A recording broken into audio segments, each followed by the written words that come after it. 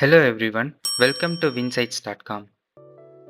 In this video, we will check out how to enable .NET Framework 3.5 on Windows 11. To open this feature, go to Run and enter the command appwiz.cpl.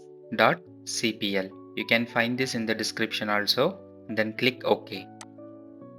This command will open Programs and Features window. On the left pane, you can find Turn Windows Features on or off. Click on that.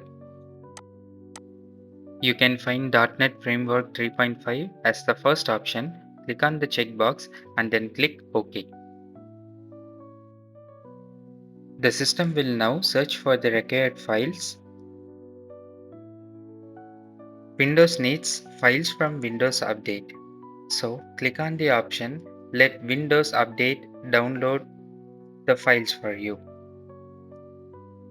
It will start downloading the required files. This process will take some time, somewhere between 5 minutes to 30 minutes depending on your internet speed and your system configuration, and hence kindly be patient.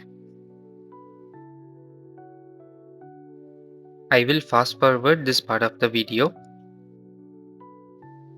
Once the system downloads all the required files, it will then apply the necessary changes. Windows has now completed the process.